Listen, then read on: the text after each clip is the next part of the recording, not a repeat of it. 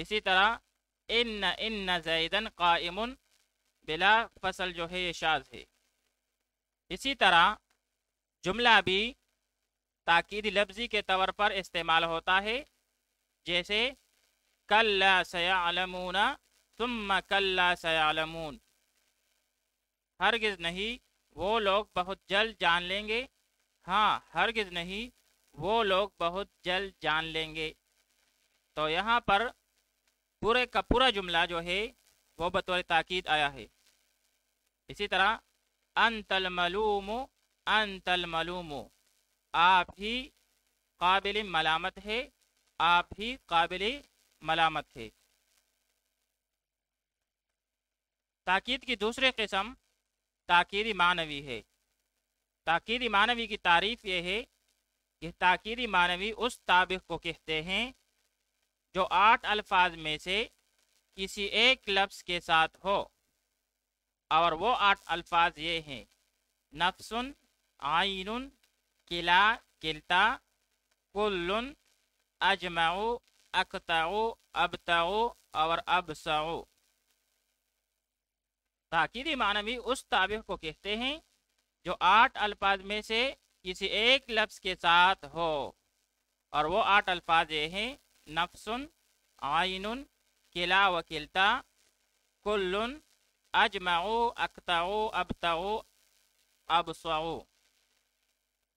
مثال کے طور پر جاءنی زید نفسہ، میرے پاس زید آیا، یعنی نفس اس کا، یعنی بذات خود آیا۔ تو یہاں پر نفسہ یہ تاکید ہے زید مؤکد کے لیے۔ پھر یہ تمام کلمات جو ہے نفس، عین، کلا و کلتا، کل، اجمع، اقطع، ابتع، ابصع، یہ تمام کلمات اکثر مؤکد کی ضمیر کی طرف مضاف ہو کر استعمال ہوتے ہیں، جیسے اس مثال میں نفسہ، اس میں نفس کی اضافت ہوئی ہے ہو ضمیر کی طرف، جو کہ راجع ہے مؤکد زید کی طرف۔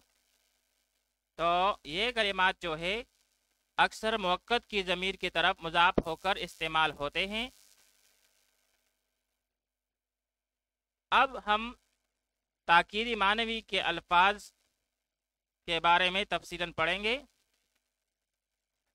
پہلی بات تو یہ ہے جو ہم نے پڑھی، یہ تمام کلمات اکثر مؤکد کی ضمیر کی طرف مضاف ہو کر استعمال ہوتے ہیں، البتہ اس میں کچھ فرق ضرور ہے۔